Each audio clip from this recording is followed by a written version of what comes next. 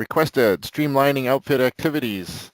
It says requests in various ways. Solution goals were to detect clashes for users to do this automatically.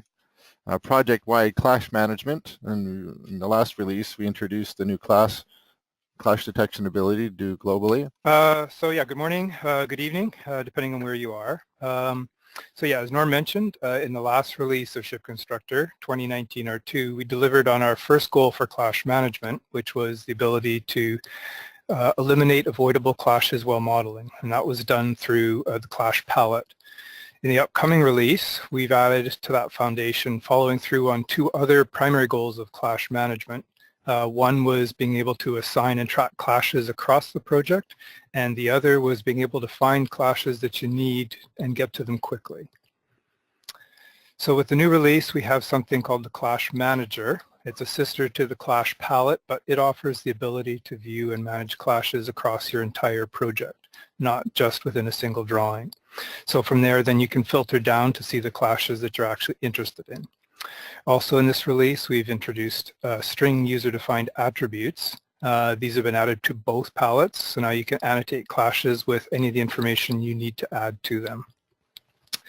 So together, all three of these features now, the Clash Palette and the Clash Manager and the UDAs, give you the ability to discover, track, route, and label clashes across your entire project. And one of the hopes for this is reducing and eliminating the need for to document separately your clashes and email them around the office.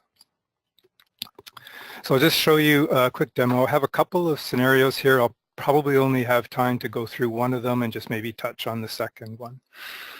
So in this first scenario, the idea is my job here is to review new unassigned clashes and assign them to a team. So this is sort of the routing aspect of working with clashes.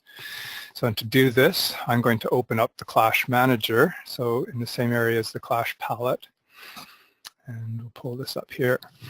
So the Clash Manager shows me clashes across the entire project, as I mentioned.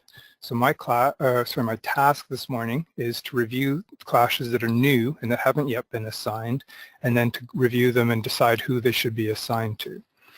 So to do this, the first thing I'm going to do is I'm going to set my filter on status down to new. So now this gives me across the project only clashes that are new in the new status currently.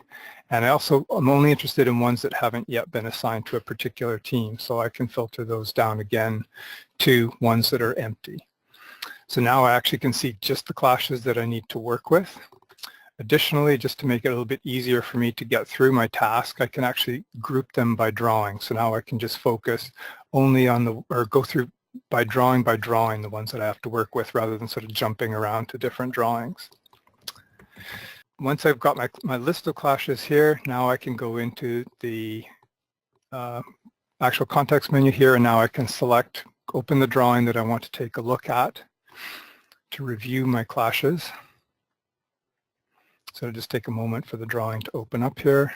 So now what I can do once I'm in the Clash Manager, I can go and pick a particular clash, and it will actually show the selection in the drawing, so I can go to it directly.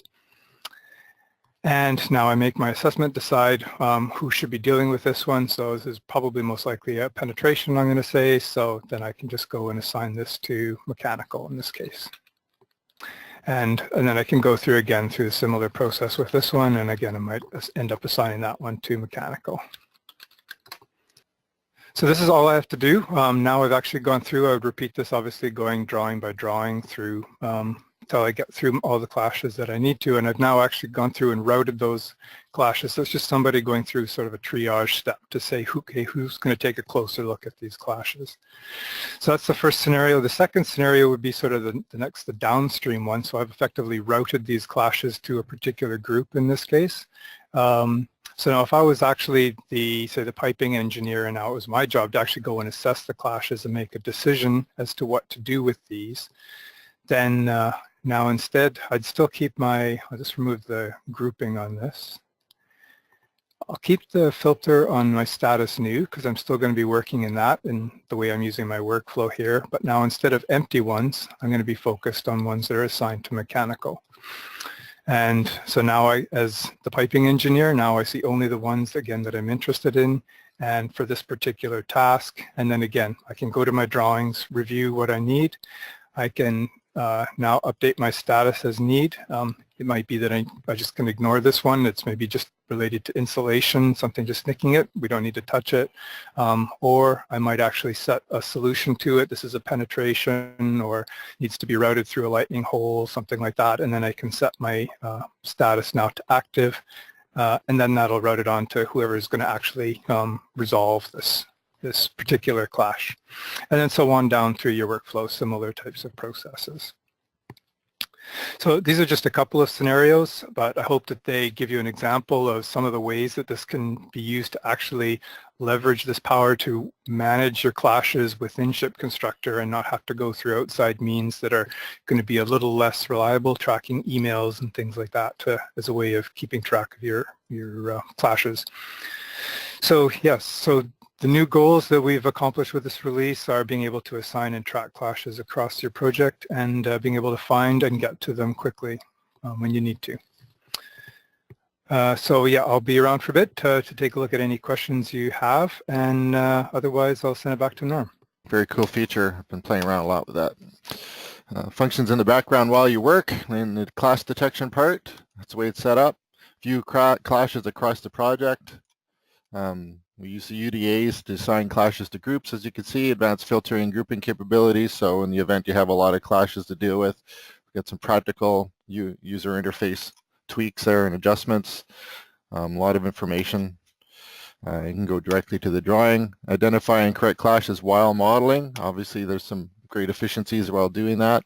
See the clashes that interest you and the way you want to see them. So the Clash Manager, Clash Palette allow you to adjust things and minimize the downstream time and expense. So a lot of benefits to this. We hope to see a lot of usage and uptake.